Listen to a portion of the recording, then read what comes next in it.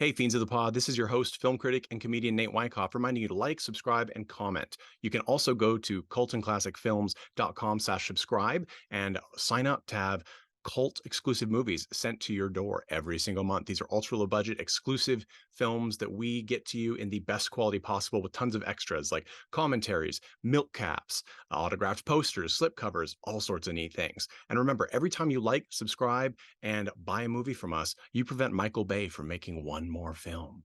So go ahead, subscribe, and enjoy. Welcome to Cult and Classic. Welcome, friends and fiends, to another mini-sode of Cult and Classic Podcast. These are the short episodes we bring you every Friday between our main Tuesday episodes where we discuss one mainstream movie and one cult movie, both of which are thematically linked. Today, I'm excited for this mini-sode because I have with me Tad Mastroianni. How are you doing, Tad? Hey. Amanda Longley. How are you doing, Mandy? Good. Shoveled out. Shoveled out. Yeah, this snowstorm for those of us on the East Coast. I'm on the West Coast. I'm in the desert, and it is beautiful.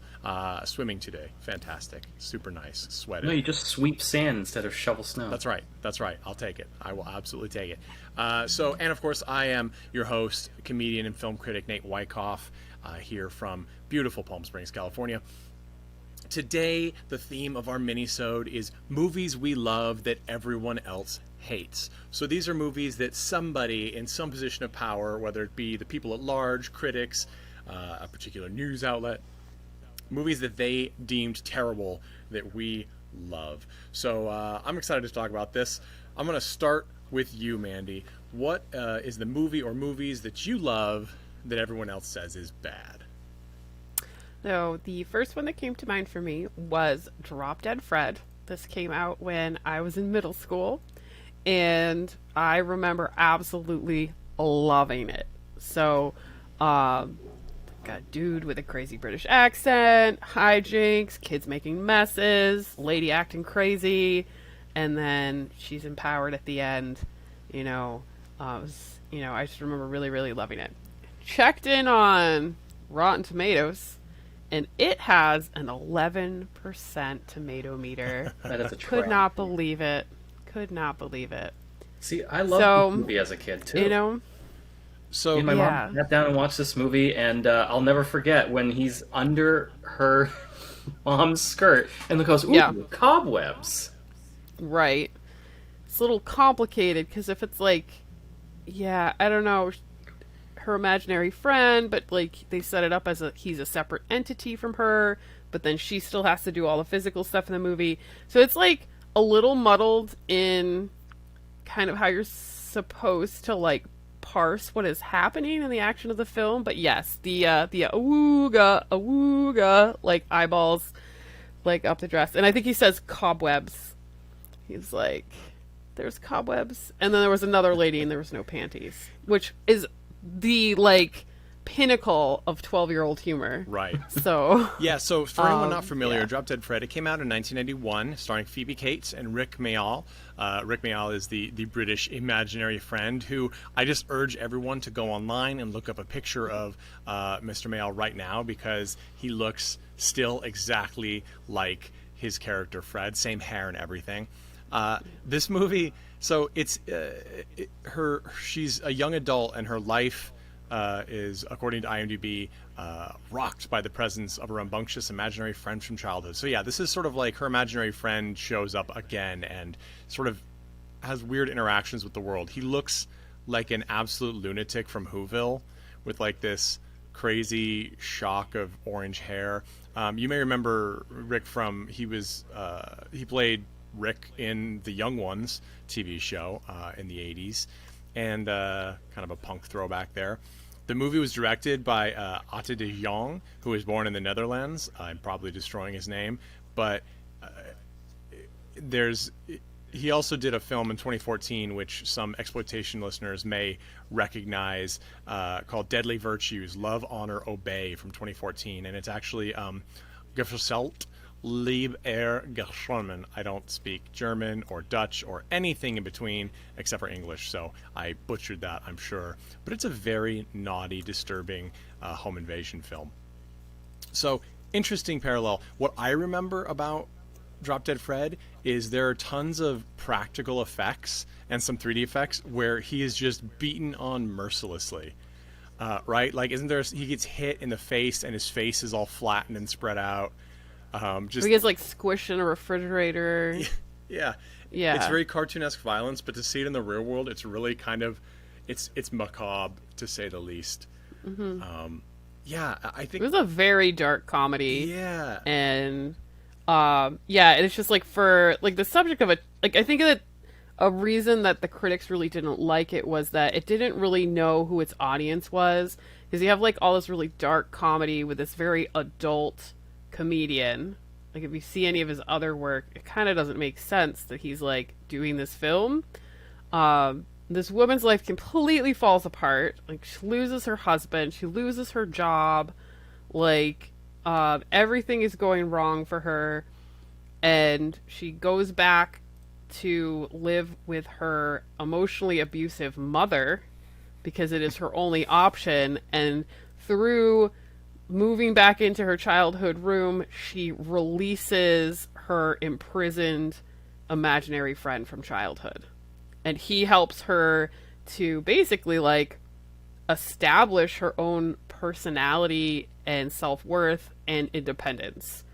But in a very destructive, disturbing It reminded me of the kind of thing of like Monkey kind of Bone way. with Chris Kattan, like that sort of off the wall, real life, but infused with this Roger Rabbit-esque humor that just it's freaky. And the writers, Carlos Davis and Anthony Fingleton, who actually did the script from a story by Elizabeth Livingston, they did 2018's sort of action-ish, I mean, it's an action film, Hurricane Heist, if anyone saw or remembers that Redbox special.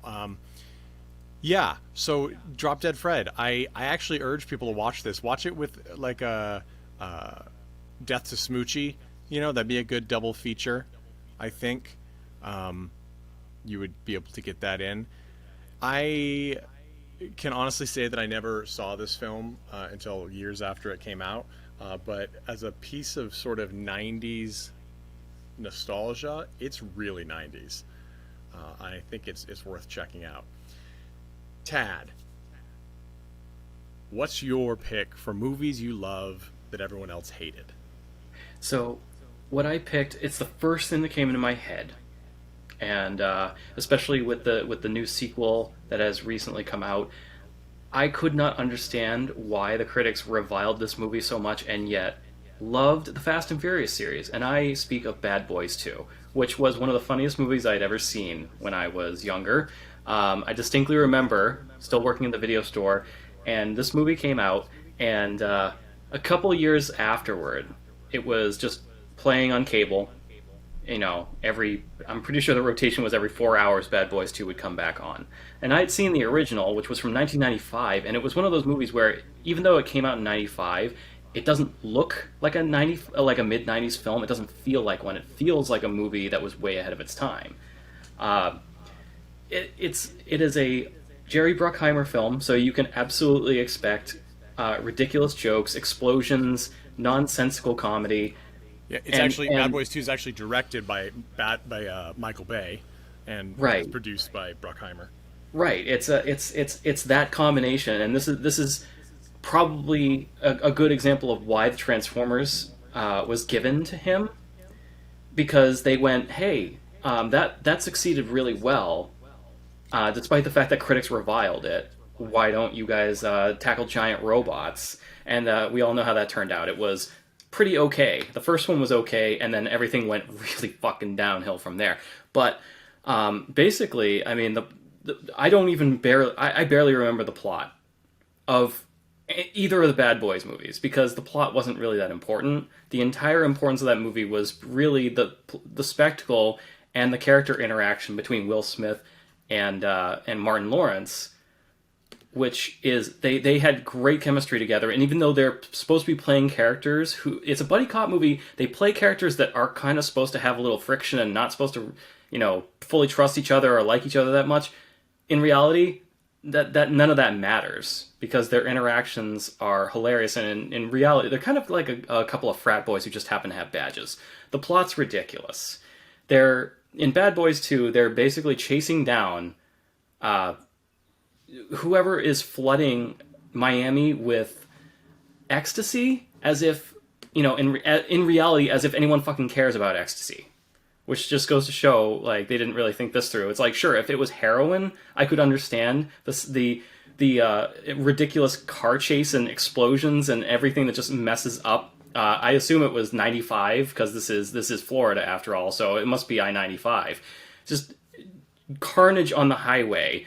The DEA is involved, which of course Joe Pantoliano is the what is he the police captain? He's the police captain. Yeah.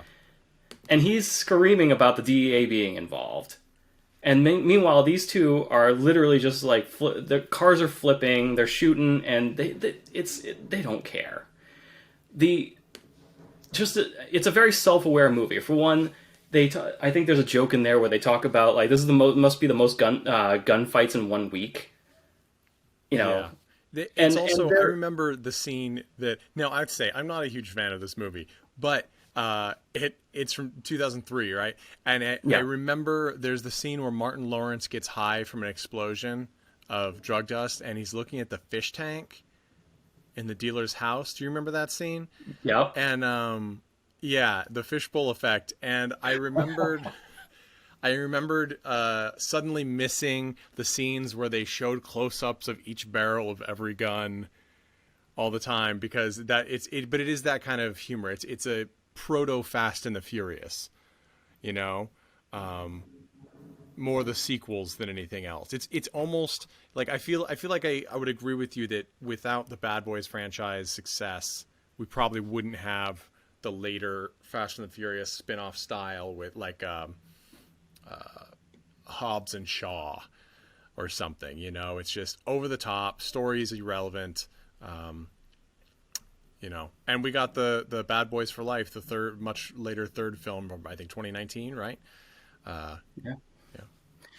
It's I mean, just look at the fact that they it's so tongue in cheek. They belong to a special task force called the Tactical Narcotics Team, or TNT. It's like that doesn't give you an indication of how ridiculous this plot is. I don't know what will. I'm always up for a buddy cop movie, and this was kind of the quintessential late 90s to early 2000s buddy cop series. In fact, it's basically Rush Hour, except with zero martial arts. Instead, it's all guns and explosions. It's almost interchangeable. It's the same idea, is who remembers the plot to Rush Hour 2? Who remembers the interaction between Jackie Chan and Chris Tucker? Exactly. That's what matters. These are character movies. They're not, the plot is not important. It doesn't matter what bad guy they're chasing down. It doesn't matter what is at stake, because in the end, it's not important. It's ridiculous that two cops would be chasing down a drug dealer who's dealing with ecstasy, and also the CIA would be involved somehow just because the dude fled to Cuba. The CIA would be like, oh well, who cares? Yeah, I think you got a point right there. It's just they threw a lot of buzzwords in for whatever's popular at the time. Like like right now they'd be like, well, the NSA is involved, and it's it's K and poppers or something would be the drugs that they're bothering with. And if I'm not mistaken, the climax of this movie was the drug dealer getting shot in the head and then falling onto a landmine in front of Guantanamo Bay. That is the most fucking 2003 thing I could think of. Yeah. I blame this movie for the likes of Triple X and the Fast and the Furious franchise. But yeah, no, I think you're right. Spectacle is definitely on display, and I mean Martin Lawrence and Will Smith together. I think anyone can see that that's a pretty solid pairing. They both are strong personalities, and it's nice to see Will Smith play the straight guy in the comedic duo. But they kind of do it interchangeably. They're actually pretty flexible that way. So good on that. All right. Well, I think we have Jeff here. Jeff, are you on? I can hear you. I can't see you. Do you have a cam on? This is excellent stuff for our audio. We did. We're using a brand new software. That would be it. Jeff is an engineer, by the way, an electronic engineer. So there we go. There you go. There's your video. All right, Jeff. What is your selection for movie you love that everyone else hates? All right, so we're actually, it's interesting, you've been talking about the Fast and Furious genre of films so significantly here, because I'm going to choose Tokyo Drift. That's going to be my film. Oh my I'm God. standing by it. Hate mail, please send it. I don't know, I just love this film. It makes me happy. It's okay, though. It's okay. And I'm just going to start out before I talk about the good stuff. The lead actor in this film is not good. Every Black. single word that comes out of his mouth feels like it wasn't meant to be there. It's like inauthentic. It's just like it doesn't feel right. I don't know if it's because somehow the writer got the various Asian people in this culture's voices right, but he couldn't get a Southern character to actually come through, or maybe he was the actor. I don't know what it was. It just, nothing about that character works. Everything he says just is it's just almost grates on the ears. However, I still love this film. Everybody else in the film is a delight, in my opinion. I really like the character Han, and the little Bow Wow kind of comedy relief character I think was fun. But this movie really is almost the exact opposite of the Fast and the Furious franchise, in that it is really toned down. It's more of kind of an elegant driving rather than fast, impact, explosion, impact. It's more of kind of the elegance of drifting and the roads that you're drifting on, and the kind of the connection between man and machine, more so than the series, I think, in general. It did get in terms of ratings as bad of a rating on Rotten Tomatoes as the second Fast and Furious film, Too Fast, Too Furious, which is, I just have really to butt is in hot garbage. and say that is insane, because that film, I worked at a theater when that film came out, and it is truly the worst theater action film I've ever seen, and I sat through SWAT. So Holy shit. I can tell you it is abysmal. It is. That movie is a true joke. So the fact that Tokyo Drift got the same rating, it feels like it's the lowest possible rating you can get on that type of film, because that has to be the floor. There's no lower than that Rotten Tomatoes score. And I'm gonna rip in a little bit on Rotten Tomatoes here, because as an aggregate score system, I am often confused by Rotten Tomatoes aggregates because they differ so wildly from everyone else's sometimes. For example, I think like if you look at a Metascore from Metacritic, it's going to be different. And if you look at Fast and Furious Tokyo Drift on, say, IMDb, which is a much smaller sampling because they equated a lot with their own website's posted reviews from visitors, it has it at a 6, I think, a 6 something. And which I think is out of 10, which is I think it's 6 on the dot actually, which is probably accurate, and that's taking into account about 240,000 viewer reviews. So, oftentimes when we look at our cult films here on Cult and Classic Podcast, if you go to IMDb for it, you'll see a sampling of maybe 12 to 20 reviews, and it is true that in the independent film world, oftentimes those are people who are in the film, makers of the film, their friends and family, really screwing up that aggregate score. But when you have 200,000+ scores on a site, I think that's a pretty solid viewer sampling. So if you and obviously this film came out in 2006, Fast and Furious Tokyo Drift, it was the third in the franchise. It's definitely one of those where, I mean, we lived through it, and I don't remember critics hating it as much as they hated, frankly, the previous two films.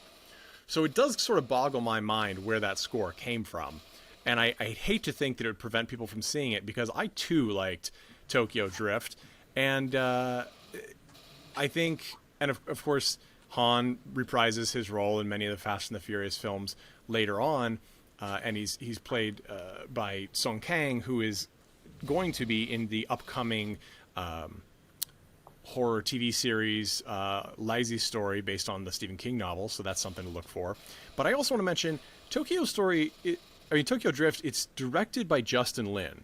He's a Taiwanese American filmmaker. He's really fantastic. He directed Better Luck Tomorrow in 2002, which is a great film.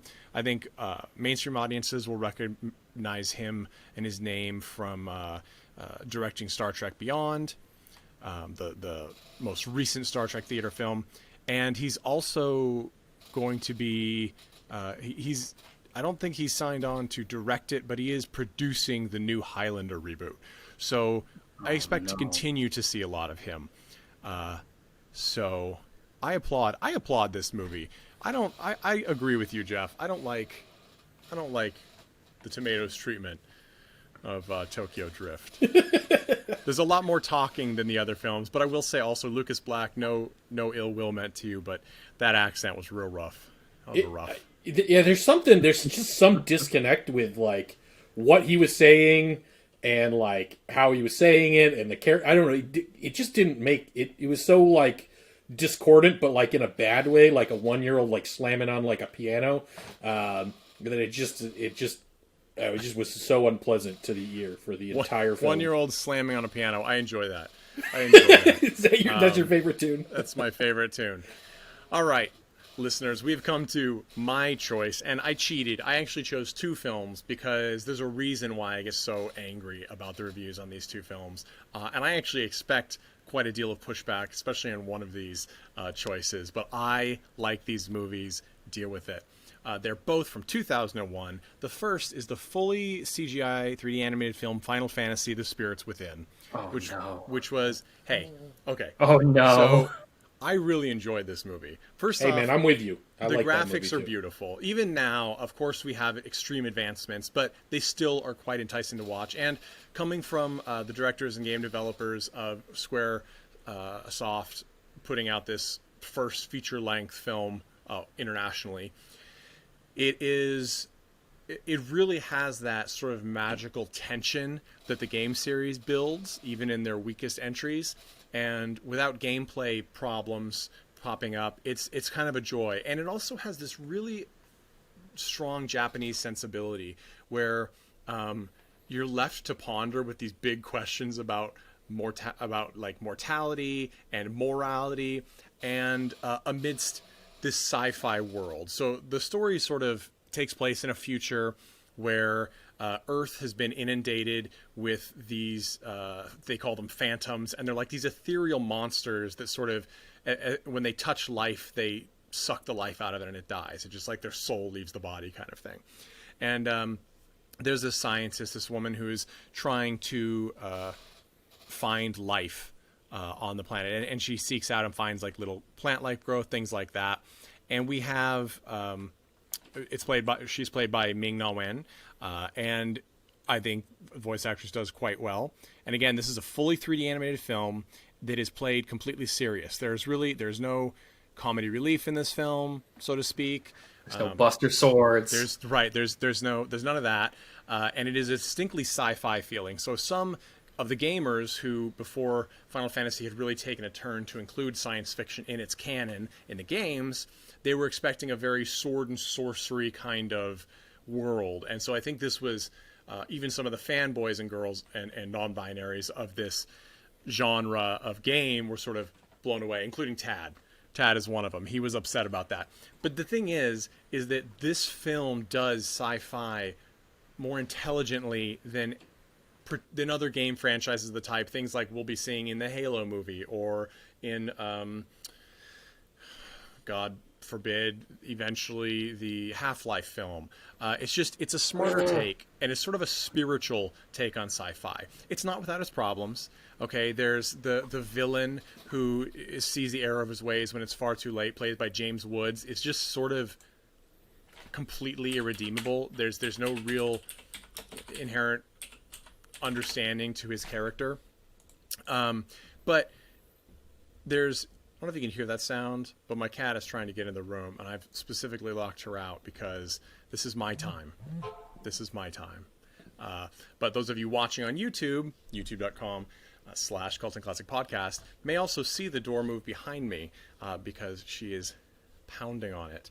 But anyway, so I really like this film. One thing that really turned off, especially American audiences, is that the lead character and another character share a kiss. And it is a 3D animated kiss that I think really upset conservative social value people. There was a lot of writing about it, and it was pointed to as sort of perverse, which is weird to me because I believe Mickey and Minnie Mouse open-mouthed kissed on the Disney Channel before, so I don't know what the situation is.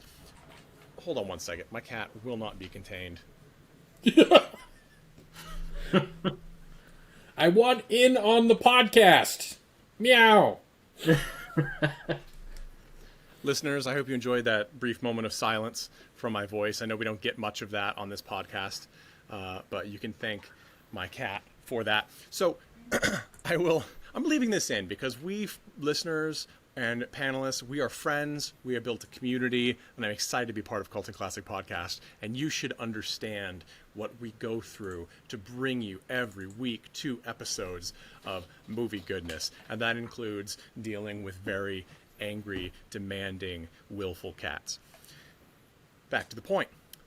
Final Fantasy, The Spirits Within, was railed by critics, yet I think many people do enjoy this film. It has a 45% tomato meter and a 48% audience score on Rotten Tomatoes. But as I said, IMDb has 6.4, and that's about 80,000 reviewers. So I think that's actually pretty good, and I think there's a solid reason for that. People who are skeptical that the graphics were even that good should remember that the Animatrix anthology of short films that came out during the Matrix trilogy run had a short film from this studio, which is now shut down. But it was a beautiful film, and I highly recommend checking out the Animatrix. I actually preferred it to much of the films, although I do love the Wachowski sisters' work. So I said I had 2, and I do.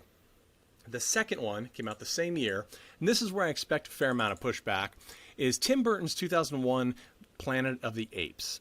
Now, this film is deeply problematic in that it just has some storytelling problems. It has a pretty strong cast: Mark Wahlberg, Helena Bonham Carter, and the biggest problem is that, well, let's start about the story. If anybody doesn't know the story of Planet of the Apes, in this case, Mark Wahlberg is a human astronaut who's shot to a different point in time on planet Earth, and apes have taken the place of people. He thinks it's I guess he saw the original movie because he thinks it's the past and then it's going to be the future. But it turns out it's actually totally different. Irrelevant. The twist at the end is only a twist for those who've seen the original, which I have a feeling most people in the age group that I saw it during probably didn't in their teens and 20s. So that was irrelevant. But Tim Burton kind of has even said he bit off a little more than he could chew. This is a very large budget, very big special effects laden feature. And Tim Burton is much more familiar with medium length productions with a lot of hands-on design and ability. The designs in this movie, I think, were phenomenal.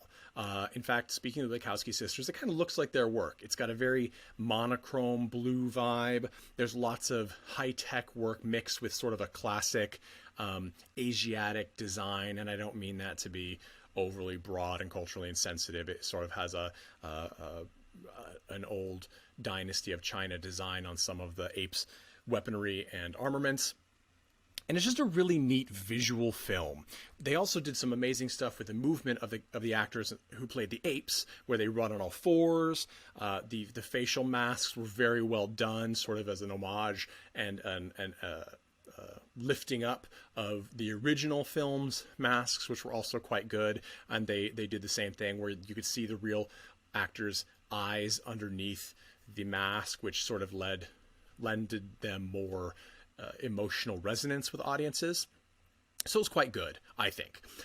My biggest problem with that film was the fact that, one, I like Mark Wahlberg, but Mark Wahlberg always looks like somebody slapped him in the face with a dead fish when he's acting, not in his real life, What? I'm sure. No. But he does. He has this like confused, like shocked look no matter what. Now, I'm willing to let that go because he was jacked in this, as he usually is in his films these days, and he played the part okay. But they also gave him a female human ape slave like love interest that had no place in the film. It wasn't her fault. It wasn't the actress's fault. She had like 0 lines almost. She was just there because clearly somebody was like, well, he has to have a love interest and it can't just be the ape lady, which it really should be. That was the case. So it's not without its problems, but I'm sorry, when you're looking at films like, and I love dinosaurs and I love Jurassic Park, but Jurassic World, the quality is not there in the storytelling at all. It's as Tad, as you said with Bad Boys 2, it's a spectacle film. There are giant set pieces, and yes, that's great to watch, but the story, I mean, then why even have the story? If it's going to be bad and cringeworthy, don't do it. Planet of the Apes, the remake, like the original, doesn't have that problem. The set pieces are grand, and the story is serviceable. My biggest beef about Final Fantasy: The Spirits Within and the 2001 Planet of the Apes film by Tim Burton is that Entertainment Weekly listed them as the 2 worst films of the year, which is hands down completely absurd. I beg of you, listeners, go online and look up films from 2001. You will find a list of some god-awful trash films, the likes of which are not entertaining enough for us to touch base with here on Cult and Classic Podcast. So the idea that Entertainment Weekly would pick these 2 large-budget, internationally tested features, which have an overall pretty decent score on an aggregate such as IMDb, to call them the worst, that's just bad reporting. And to this day, I always move copies of Entertainment Weekly that I find in the dentist or doctor's office underneath all the other magazines because I am mad at them for this. This has been a 20-year vendetta. Entertainment Weekly, I hope you reach out to me to make things right because this has been haunting me and continues to anger me when we talk about this. Nate, name and shame a couple of movies from 2001 that are worse. 2001, there's a lot. There's so many to choose from. Just come on, give me something. Give the audience something. Give the audience something. All right, hold on. And wasn't that one of the? What year did The Marine come out? I remember 2001 was the time when we started throwing out massive amounts of propaganda films. Probably. Let's see. I didn't have this ready, so you can blame Tad for this extra moment of silence. But. Hey, I can fill the silence by agreeing with you that Spy Kids?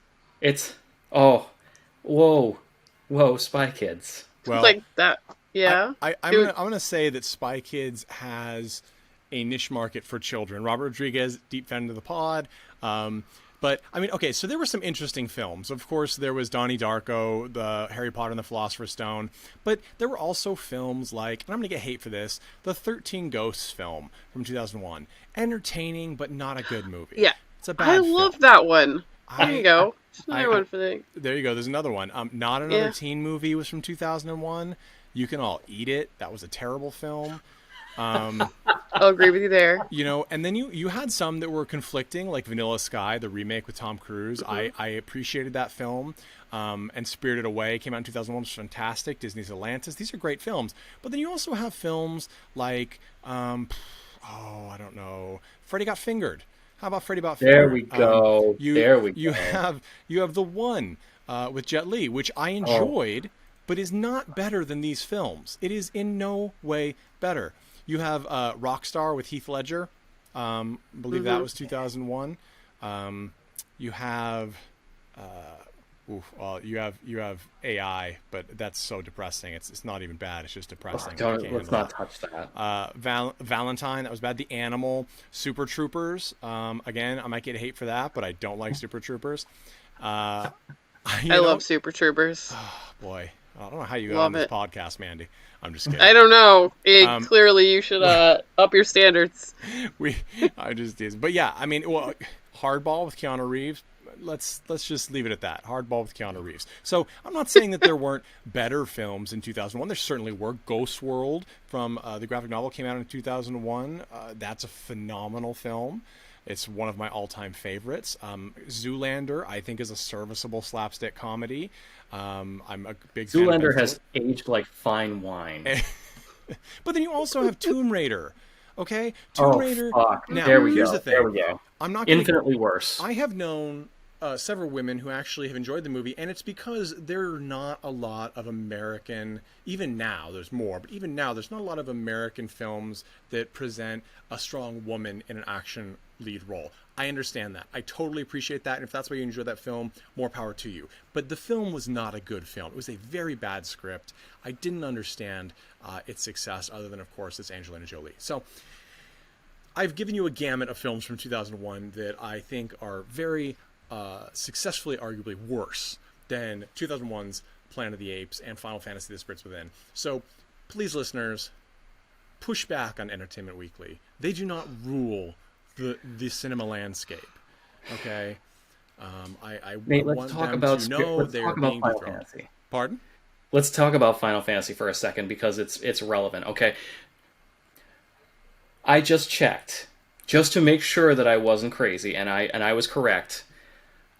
Spirits Within is still higher rated than Advent Children, which came out half a decade later and was the movie that fanboys like me wanted when we were in high school and didn't get, and it's hot fucking flaming garbage. Advent Children is one of the worst movies I've ever seen, and I don't think there is really a dispute on that. You know, the thing It's about Advent trash Children and is everything. weird is I feel like it's a distinctly Japanese product in that you have to have played the complete story of the Final Fantasy VII game, the original, in order to follow it, okay? Which many people have. Tad's pointing at himself. I did. Jeff did as well. You have to have done that. And also, the plot still didn't make sense. It literally did not make sense. But it was really about the feeling. Once again, we're getting back to the feelings these things evoke. And in that way, it's sort of like,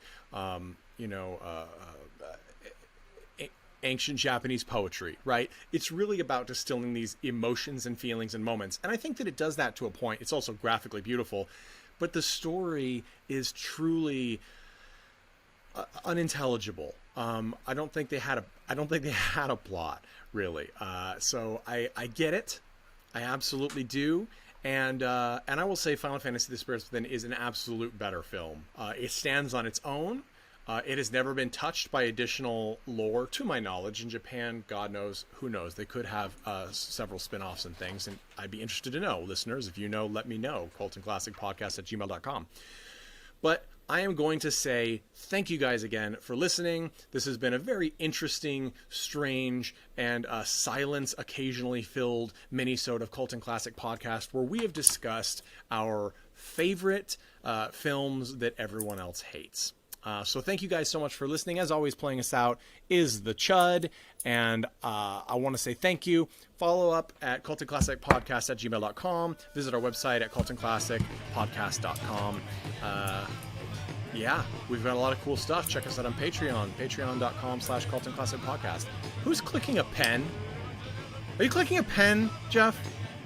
No, Stop clicking a pen. definitely It's not doing the that. cat. Jeff, I'm done. This podcast is over.